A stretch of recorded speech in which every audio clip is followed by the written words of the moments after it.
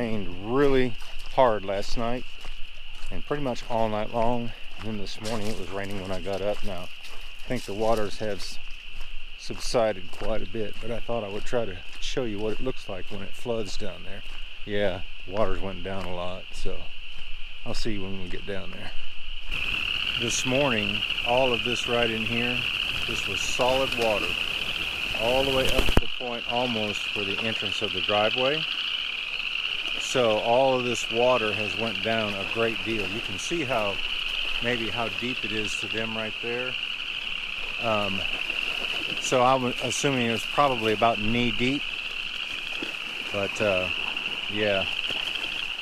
And over here at the bridge, it was much higher. It lacked almost, I think, about 6 inches coming up over the driveway. So it has went down a lot. But that's what they call a flash flood, because when it comes down out of the mountains, it just comes down so fast that it just takes a lot of stuff in its way because it doesn't have anywhere to channel to. Well, hey, guess what? It's that time again. It is time for another giveaway. You know, we wrestle with trying to figure out what to give away. We've given away so much stuff that it's becoming increasingly more difficult to try to figure out what we're going to give away. But what we decided to do this month, you see me, I use this all the time, but it's a framing square. Now this is the one that I've had for quite a while. I'll show it to you. It's all rusted up and it's kind of hard to see the numbers on a lot of that, especially the finer marks and stuff like that. So these, I don't know what they're coated with, but it begins to rust and deteriorate later. Well, when my son was here, he saw the need, since I couldn't read the square that well, other than just using it to mark, you know, a 90-degree angle or a straight line or something, but I really couldn't measure with it because I couldn't see it. He saw the need to get me this. So this is what we're going to give away. This is made by Milwaukee. It may be finished different where this stuff doesn't come off later. I'm hoping so. But this is and it's much thicker. I don't know if you can tell, but that's a little over 1/8 of an inch. That's probably 3/16 at least thick. But this is a really nice framing square. So this is what we're going to give away on the review channel for the month of March. Now, for the Outpost channel, we're going to give away a multimeter. I have just started actually putting some of the wiring together in there, and this is something that you need when you're working with wiring, or when you're working with machinery, or when you're working with anything that has wires. This is a really good tool to have, because this can tell you if you've got an open, if you've got a short, if you've got a ground. It can tell you a lot of things. It's even got a tone on it to where you can take some little alligator clips and clip it to something and actually pick up your tone on the other end if you've got the right type of probe to pick it up with. But this is what we're going to give away on the Outpost channel for the month of, like I said, March. So we hope that the lucky winners who get these will be able to have lots of good use out of them, and they will come in handy for them. So now we're going to run inside into the cabin. We'll find out who the lucky winners are for, or were, for the month of February. So I'll meet you inside. Okay guys, I've got the random picker pulled up finally. I was just about to give up. So let's go to the Outpost channel. Let's find out who the winner is for the Outpost channel. We will copy that. We will go over here to the random picker. We will insert our URL, and we will get all the comments. Okay, so we've got 69 comments. So then what we're going to do is we're going to drop down here and we're going to start the raffle. So it looks like Monica Jensen, you are the winner for the Outpost channel. Okay, then we'll go back up here to the review channel. We'll copy that link, get back over here, go up here, Get rid of that. Paste in the new. Get all the comments. And we'll start the raffle.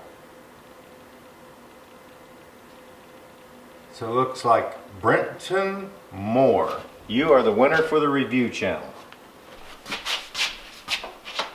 Well, congratulations to the both of you for being winners up here at the Outpost. We hope that you enjoy those gifts and get lots of long use out of them. Also, be sure to contact us at smokymountaiноutpost@gmail.com. That's how you get in touch with us. No other avenue. Leave us the information on how to get that stuff ordered and get it shipped out to you as soon as possible. Anyway, like I said, congratulations. Let's get back to the video. Well, I've been scouting out for material, and I'm down here in the hollow next to me.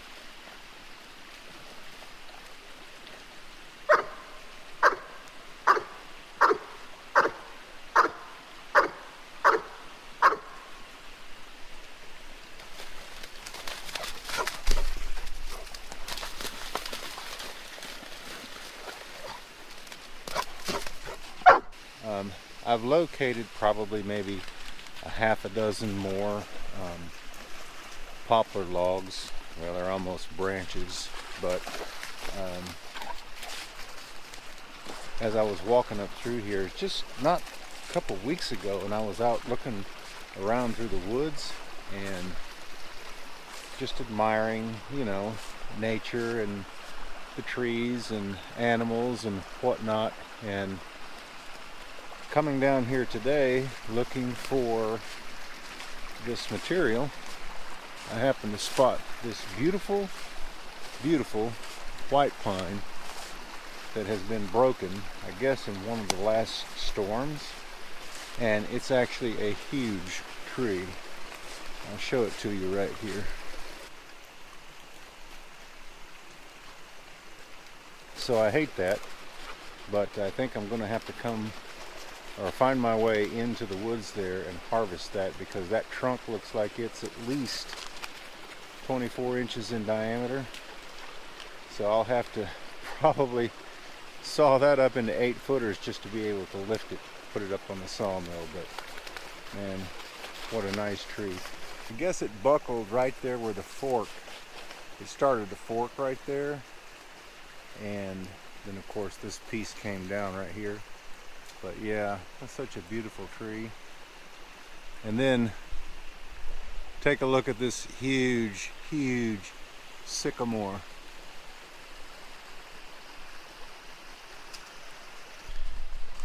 Just to give you an idea of how big it is, check this out. You know, they say that it's good wood, but you can't really use it for the outside. People that use sycamore, if I'm not mistaken, build things, you know, that go inside. But this would make a lot of lumber. And I've got several huge sycamores on the property. I mean several. Just like I have poplar trees and cedar trees and dogwood trees.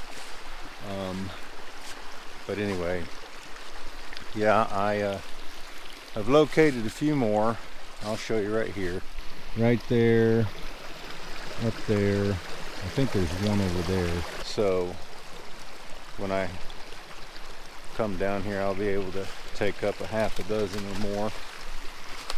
That should finish it. You know, also the base camp, the temporary shelter that I had built right here, it was last year in a snowstorm that big tree came down right there and hit the corner of it and actually broke that support in the back. I cut the top out and drug it away, but yeah, wind and snow and different things like that, it's hard to keep some of these trees up. But the dogs are having a good time. We don't come down here a whole lot. We generally go to the creek, but today we've got a creek flowing from up top down here. You can see that, and they're having a good time sniffing around down here. Anyway, I just thought I'd bring you down here and show you that really breaks my heart, because that was a really nice pine tree, and I've been trying to save all of those, especially those white pines. I used the yellow, but I've been trying to save the white ones, you know, kind of like the ponderosa pine, you know, the big, huge, nice furry needles. I really like those trees.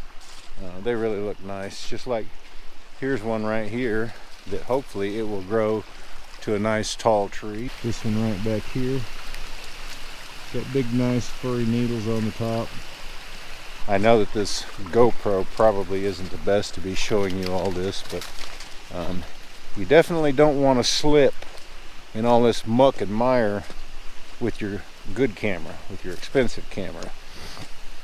So I thought I would bring the GoPro down here and show that to you.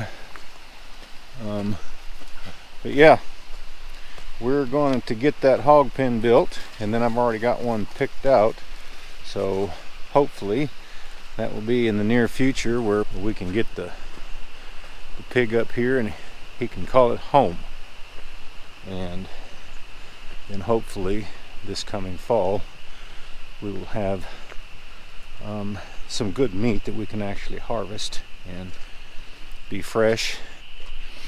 You know, the reason that they call this the Smoky Mountains, and this is everywhere too, because of this fog like you see over in the area way off in the distance right there.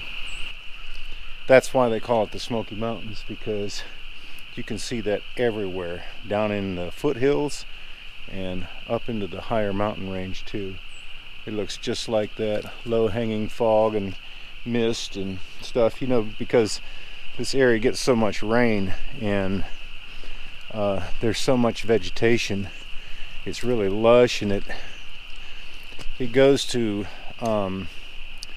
help provide the high humidity that we have, especially up here in the mountains. That's one of the big differences between the Appalachian Mountains and the Rocky Mountains. When I lived out there, with a lot of the traveling that I did, the Rocky Mountains, you know, they didn't have as much green vegetation as we have here. And of course, you know, the trees are different, a different type of species. But here, you know, these mountains right here, they seem to hold all the moisture, and the weather here is just absolutely nuts, because the mountains can change whatever is coming through this way. But anyway, the vegetation here is really green, and it's really thick and really dense, and I think that adds to the, I guess you would call it, tropical climate that we have here. But you know, if you can get past the humidity, and if you can get past the gnats or the bugs that we have, especially during the summertime, then you're good to go, because it's a really beautiful, beautiful place. The whole Appalachian range from Georgia to Maine is just a very beautiful place. But anyway, I also noticed, and I'm just rambling now, but I also noticed that down there the power company left me 2 loads of wood chips. So I've got quite a few wood chips to spread around, but I think it's going to help out up here, because there's still a lot of red clay and mud, and when it rains it gets really slick and really mucky. So I'm going to try to spread that around. I don't think I'm going to have any trouble with bugs and termites, especially since it's fresh, because by the time I get topsoil on it, I think everything's going to be okay. But going to spread it away, it will provide me something to walk on, and I won't have to, like I said, track in so much mud, because I spend a lot of time cleaning and just keeping things swept off, so I don't track so much in. But anyway, we're supposed to get 2, 3, or 4 days of rain, and so in the meantime, in between cloud bursts, I'm going to see what I can do with that pig pen. But just thought I would take you all down there and update you on one of the trees, one of the really nice trees that came down in the recent storm. So hopefully that we won't be losing too many more, because I've got a lot of huge white pine trees that has grown up since the 70s here, and I would really like to keep them if I can, because they are really pretty. So that's the update on the winter storm and the trees that we have here at the Outpost?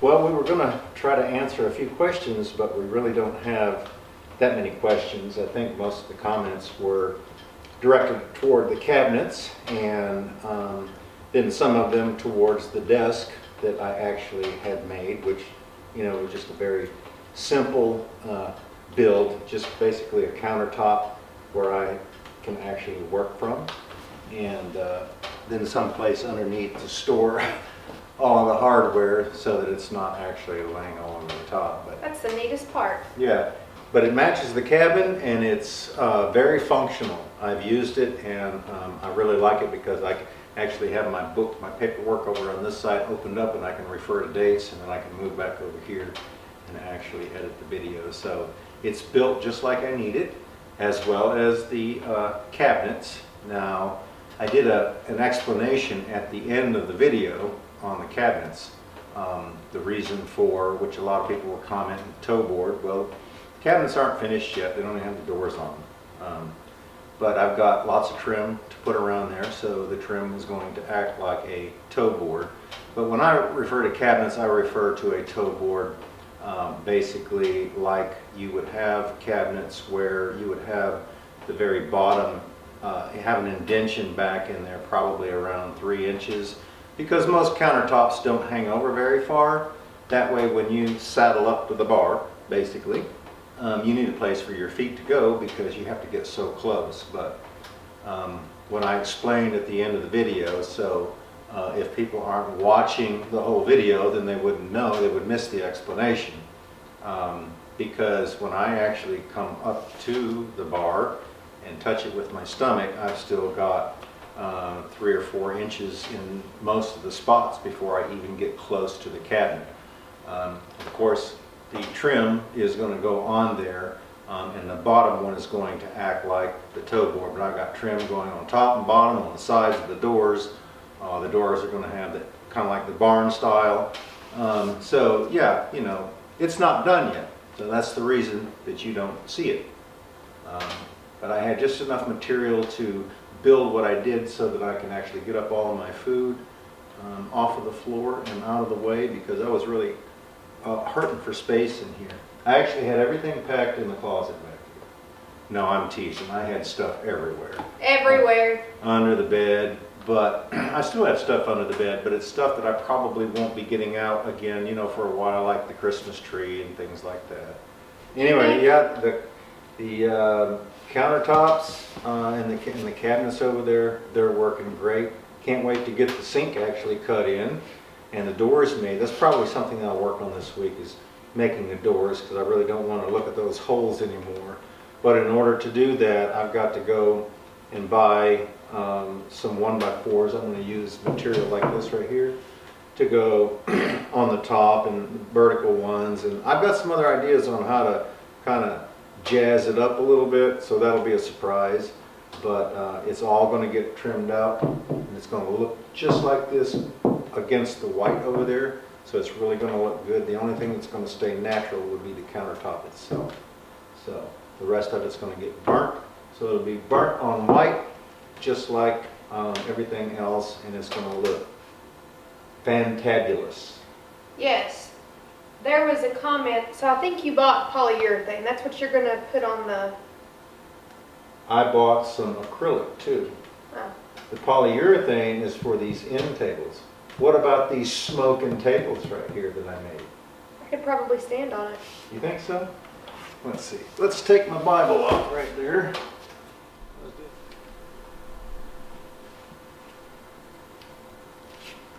Oh, wait, hold on. Ta-da! Look at this table. Let me ask you something. What? Can you do that to one of your tables? I would be scared. You know what? Let me see something. Move over just a hair. Put your hand against that beam right there. Move over just a hair. Just right there. Okay? Yep. All right, hold on. Don't move. Okay. Let me get this back here. Now, What do you think, guys? Am I too tall for that? Was I cutting my head off? What about this? Huh? Finally, end tables that are tough enough to take the beating that you're going to be dishing out. Yeah. This is all about like what, 300 pounds or so? Right. And we still got a whole lot to go. Yeah. For real, it's not moving. We could probably put Landon on this too. Right off the front. There you go. Folks, the saying is true. They just don't build furniture like this anymore. This will stand the test of time. Can't guarantee you that I could go home and stand on one of my end tables and it either A, not break, or B, it's probably not going to stand the test of time. It certainly couldn't handle 300 pounds or so. But this is the maple log that several videos ago, what was it, a year ago or 2 years ago, a year and a half ago, where we were cutting the trees down over there at Susie's house. This was the butt of the tree. Remember, we sawed all the rest of it up and used it for firewood, but the butt, I said I'm going to save the butt because it was just too big, right? I carried it over here, just as all that tractor could do to lift it. And I brought it over here, and it laid out there in the woods for over a year. And then I finally drug it up here, and it laid out in front of the sawmill for quite some time until I had some time, you know. Basically, I'm kind of getting around to the point where, yeah, I needed kitchen cabinets. Yeah, I needed a corner desk. Yeah, I need some end tables. I actually made 5 of these. So I've got 2 sitting over there in front of the window on each side of the door when you come in, and I've got 2 in there in the entertainment room. So when I get a couch, 1 will go on each end of the couch. And I've actually still got enough to make another 1, possibly 2, I'd have to see, on that 1 log that I cut in half. And I've still got the other half. I thought about making 1 or 2 for the front porch, and maybe 1 for the kitchen, and maybe 1 for Jennifer if she wants to take 1 home. Listen at him. No, honestly, this style of furniture wouldn't match a thing she's got. That's why I'm giving her all of the more modern stuff. I'm doing away with it. I'm cleaning my life up. I'm flushing. This is a middle-aged flush, if you will, okay? Where I'm getting rid of everything that is up to date. I'm living simple. I'm going back in time. I'm going back to where they make stuff that lasted, stuff that can take a beating, because I can certainly dish out a beating. And anyway, but yeah, I think everything is looking cool. And I've still got, you know what my thought was? What? To take 2 of these and put them square in to square in and make like a coffee table. So it would be kind of like oblong. What do you think for in there? You could. They just put 2 of these right in the end, butt to butt. That'd be pretty cool, wouldn't it? Mm-hmm. Anyway, but yeah, I'm gonna finish these with polyurethane, and I've had a lot of different comments on the countertop. A lot of people are saying, you know, just treat it and let it go, and just treat it every now and then, as you would any other piece of wood, like a tool. Have a lot of people, and you know, now don't get me wrong, food preparation and stuff like that won't be made on the countertop. It's going to be made on a large cutting board that I'm going to get, so I really don't plan on having any food touching the countertop. Okay, that will all be done on a nice cutting board. Who does that anyway? Yeah, I mean, you don't prepare your food on the countertop, right? Yeah, gross. Anyway, you know, it is going to have some wear and tear, but it's rugged, it's rough, and that's the kind of look that we want. I don't even care if it gets scratches on it, because that's part of, you know, the rough and tough Character, look. honey, character. That's right. But no, I've had people talking about pouring cement, thin cement slab. I've had people talking about epoxy. I actually bought acrylic, but I don't even know if I'm going to use it. We'll just have to see. I got people who were saying, you know, just burn it actually and treat it with the oil that I was using. but I don't think that I can do that because I think that that oil probably has some things in it that I don't want to put on there. So that is the reason that I've got the natural look stuff. Now what I may do is go ahead and put some mineral oil on it. I don't know if I can find some that is not going to turn it, because I really don't want it to turn. But that acrylic that I bought, it was very expensive, and it goes on and it's supposed to give it a mirror finish. So we'll just have to see. I mean, what I'm going to have to do is take it out, sand it down real good, bring it back in here, and it's going to have to be bolted down.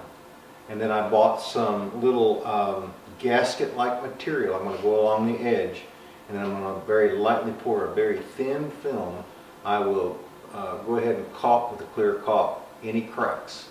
But then I got, it'll be a very thin film of that I'll put on there. But I have to cut the hole out for the sink, and I have to go around the sink first.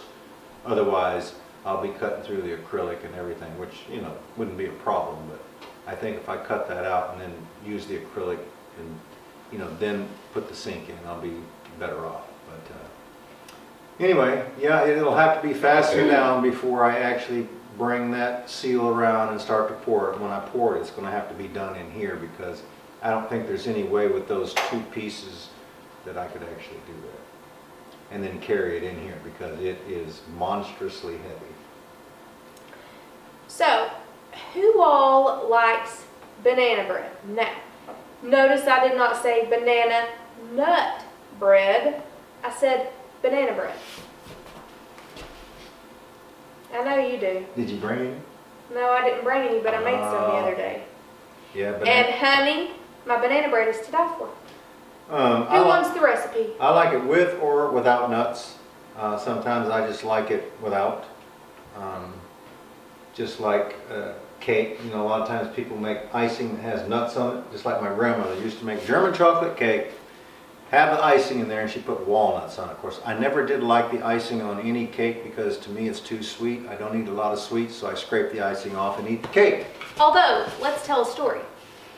I made, last weekend before the live, I made his grandmother's Hershey fudge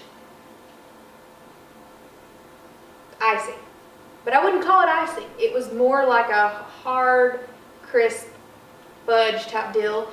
And I made it over cupcakes. Next time I'll do it over cake, because it's something that you would just pour, because otherwise it makes a huge mess. But well, I'm going to tell you something. It's all handmade from scratch. yes, and he loved it. I sent him home with extras to take elsewhere. My aunt, and she never got them. She didn't know nothing about it. Yeah, he ate them. I called him. I never said a word about it. No. Yeah, I didn't even think you would eat them, and I called him. I'm like, hey, don't forget, take some up there. And he said, She sent me home with 4, and honestly, I forgot all about it. I got up the next day and I thought, oh man, I got a cupcake. and he had already ate 2, he said. Yeah. So, point of it is, if you even want that Hershey recipe, let us know. I've got that. When that icing cools off, it gets hard. And it's almost like fudge, isn't it? Mm-hmm. It gets very crispy. So used to when we cut the cake, the icing would kind of crack, you know, because it does get, but man, I'm going to tell you something. You can just eat the icing alone. Now that's, every once in a while, I will indulge myself in sweet. And that would be one of them. That and cherry pie. I was actually looking at a can of cherries yesterday in the store, and I thought, if I buy this, I wonder if I could con Jennifer into making me a pie, because I don't have an oven yet. But yeah, I like cherry pie, apple pie, and then the chocolate cake that my grandmother used to make. Yeah. I did read, there was a recipe for the chocolate cake part. Do you remember? How do you tell when it's done? When it boils and it gets really thick. But you had to put it in water. Oh yeah, you have to dip it or get a little bit out, and you have cold water in a little bowl. And of course it said to clean the bowl every time that you poured some in there, but you pour it in the water and it doesn't go to the bottom, it immediately rises to the top, and it's a little ball of Fudge. fudge. That's how you tell when the fudge is done. So, It was a neat little recipe. It even said a heavy bottom hand skillet. Pant skillet. Yeah, it came from an old book. It really doesn't have a cover on it, but it's a pretty cool cookbook. I think it probably No, this was came back from the 50s, didn't it? that was a cookbook, yes, that she had, but this is her hand. There was only 2 handwritten recipes in that book. It was the German chocolate cake icing, the cake batter, and the fudge. Okay. But I can remember that cookbook. That's primarily the one that she used. She picked it up somewhere in the 50s. I know that she had it then. I grew up in the 60s, but I can remember her using it then. And then my sister ended up getting it, and then she gave it to Jennifer. So it's got a lot of really great recipes from A to Z. You know, She just shared the recipe. She didn't give me the book. She shared the recipe. a lot of older type recipes. But Yes. Yes. anyway, Very well, guys, neat to read though, because Yeah. we don't have that many things to address as far as, you know, what we're getting geared up for is spring. we're, Woo, woo. you know, going to be working on the hog pen. We are getting geared up. The next thing will be the gardens. I've got to really get out there and get with the gardens. I've got to make doors for the kitchen cabinets. I've got a whole lot to do. Let me tell you something. There's no grass growing under my feet because I was so soaked yesterday. I had to come in and change clothes because I was just, you know, just wet to the bone. So when I did that and then it started raining again, I just basically stayed in for the rest of the day. But you know, I've got a whole lot to do. But anyway, I appreciate Jennifer coming up here and sitting in on the question part. And we're going to go ahead and close the video here, guys. We appreciate you stopping by and tuning in with us up here at the cabin. If you got some questions or something, be sure and leave them in the comments. We'll do our best to address those. And just know that when we put videos out, that a lot of things aren't done until they're done. And a lot of times I may get something where it's functional and then I'm moving on to something else because maybe it has taken a higher priority. But anyway, everything will get done in time. You gotta give me time. Anyway, we appreciate it. Like I said, we hope that you all have a great afternoon. Y'all take care. We look forward to seeing you back up here at the cabin Real soon. Now it's time to say goodbye to all our Outpost review friends. Bye bye. See you later. I wouldn't want to be an alligator.